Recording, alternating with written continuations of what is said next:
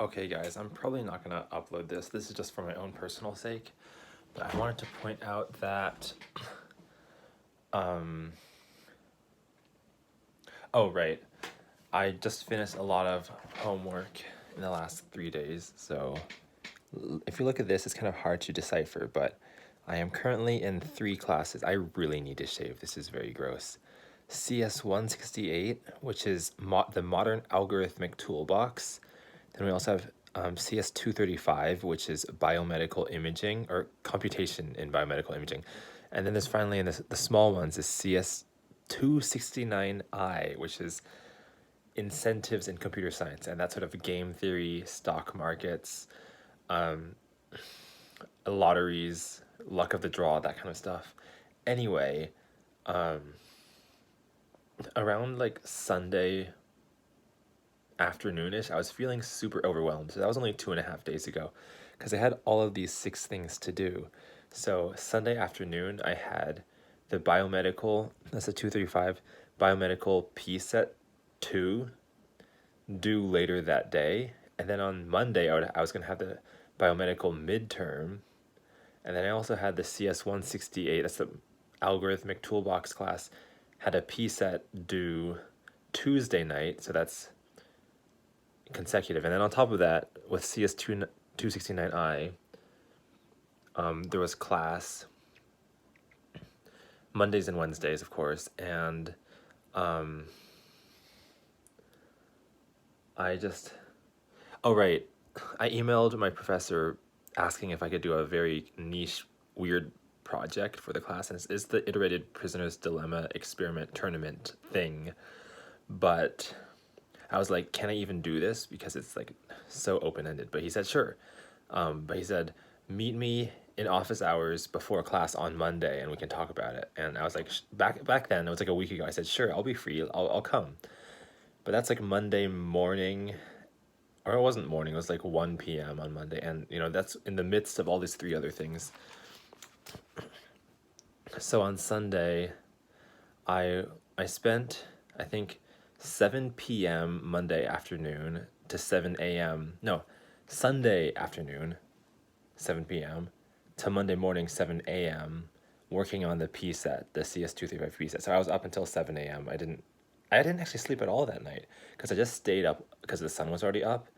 And then I just stayed up until it was time for office hours at 1 p.m. And then I went to office hours. I think I talked to the professor. I won't say his name to protect privacy. I just talked with him like one-on-one about my project.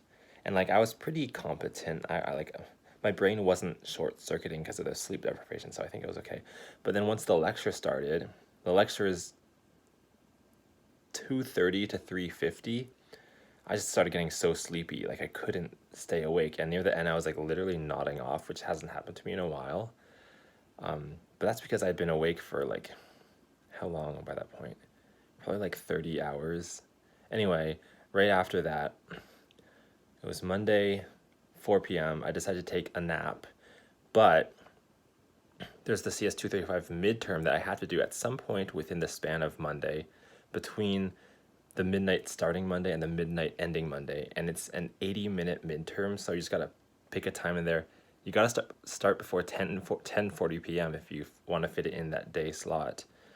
So I went to bed at like 4:30 p.m. in the daytime, and I was like, I can't oversleep. If I wake up and it's already like 11 p.m., I'm just screwed. I'm gonna fail the class.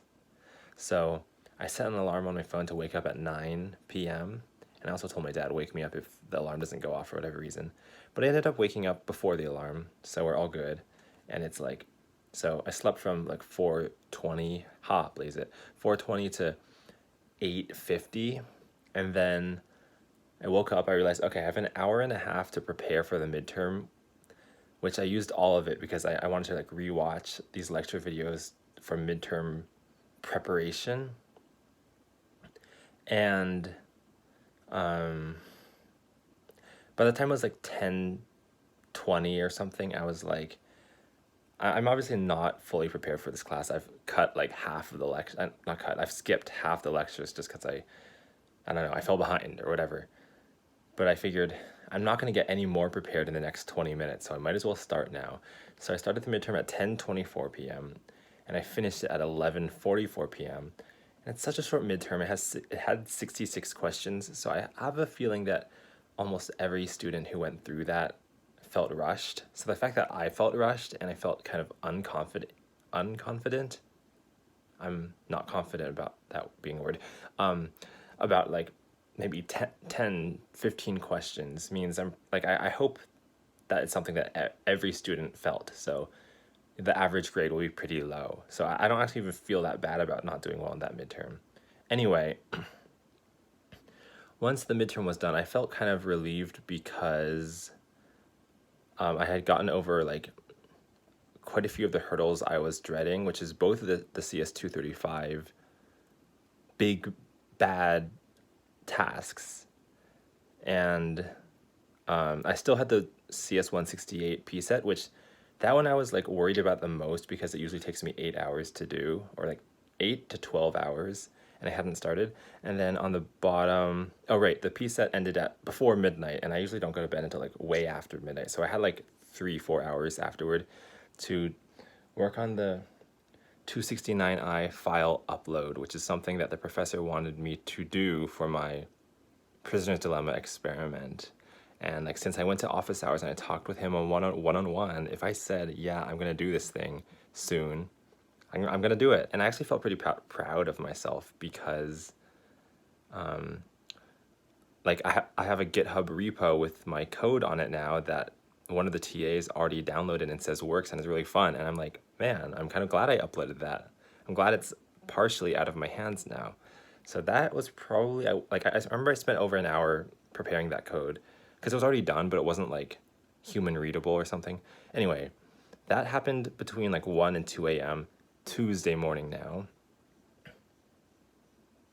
Oh, I forgot, like on Monday. Okay, so you know how I said I worked on the biomed pset up until 7 a.m. Monday morning?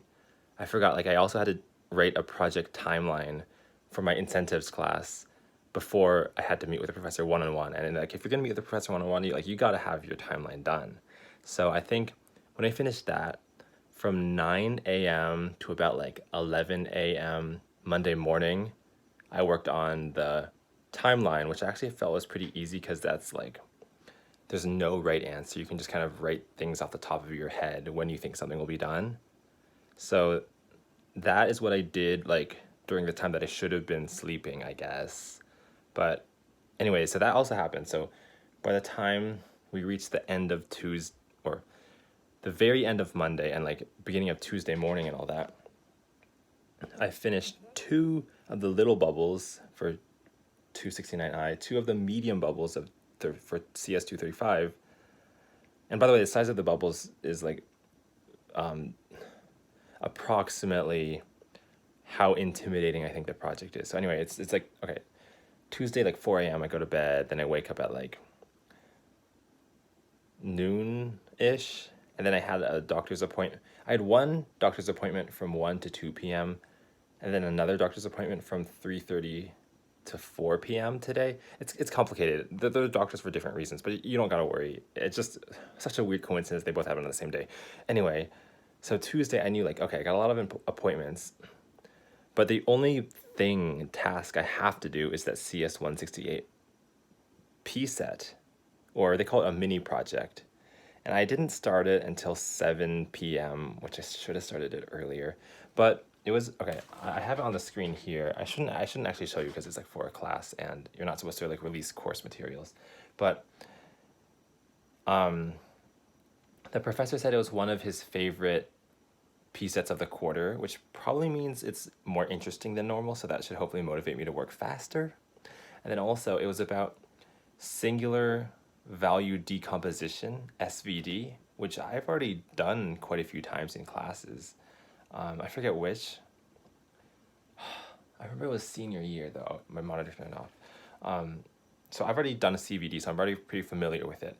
And they wanted you to use, not CVD, SVD.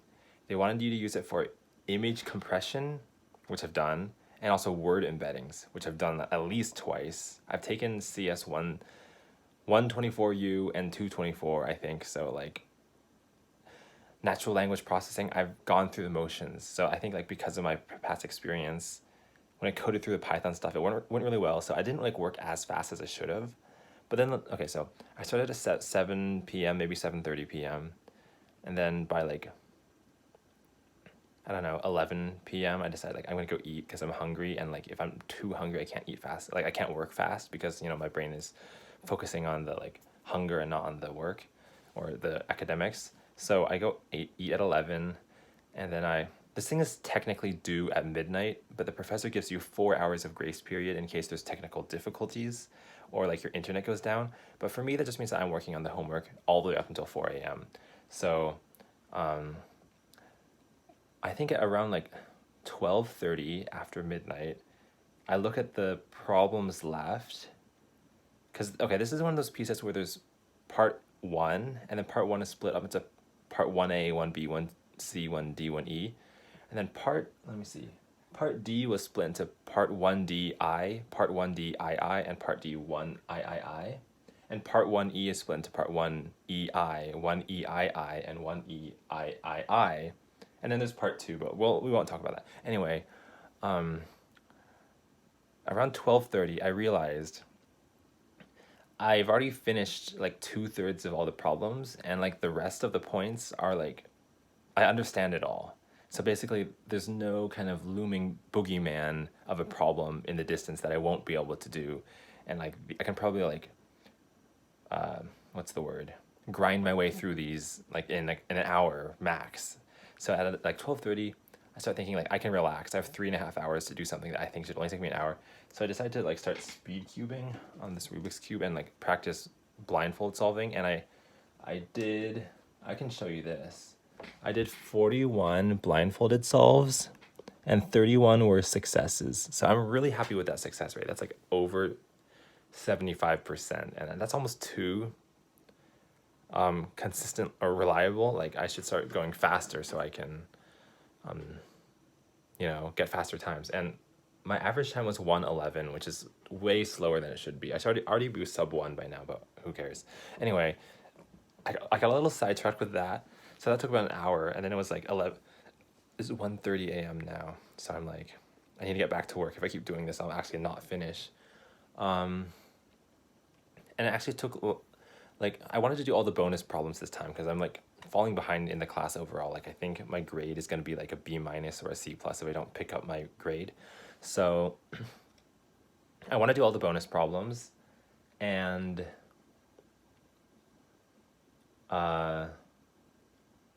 well, okay, like I'm going at a good pace, and then it's like I'm pretty much done with everything, but then it's 3:20 a.m.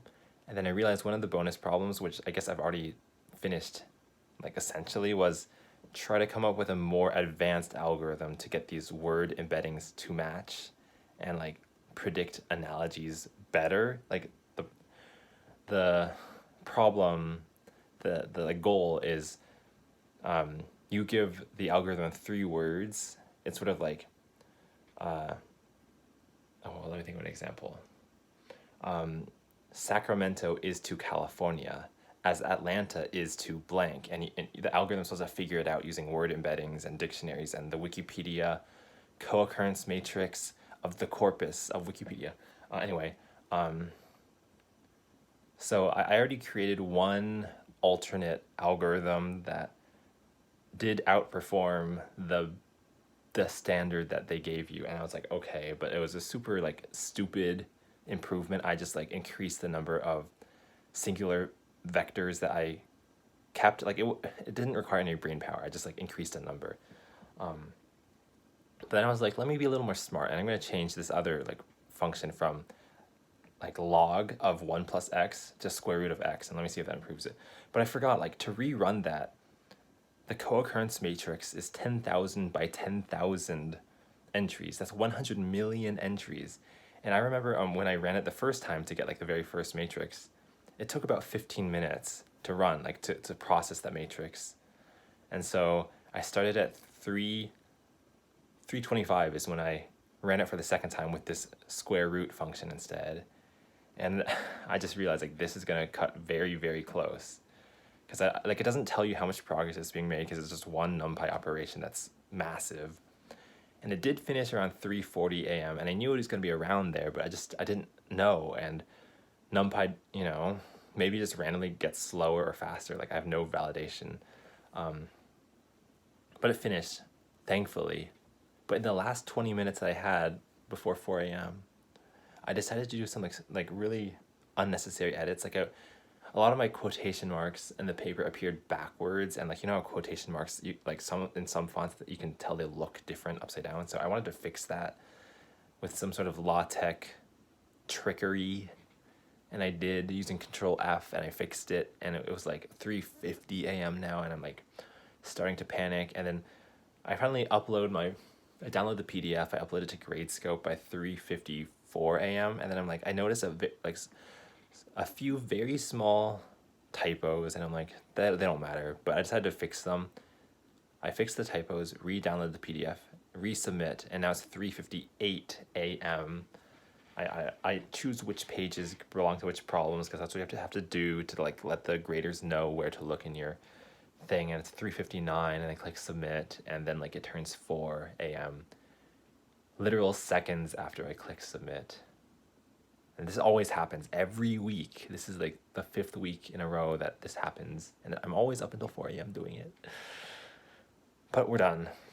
And now it's almost 5 a.m. because like I've finished everything, and we're sort of in the epilogue now, and you can see all the big guys are circled. I don't have much to worry about left this week, except for this little thing, which is the CS269I quiz.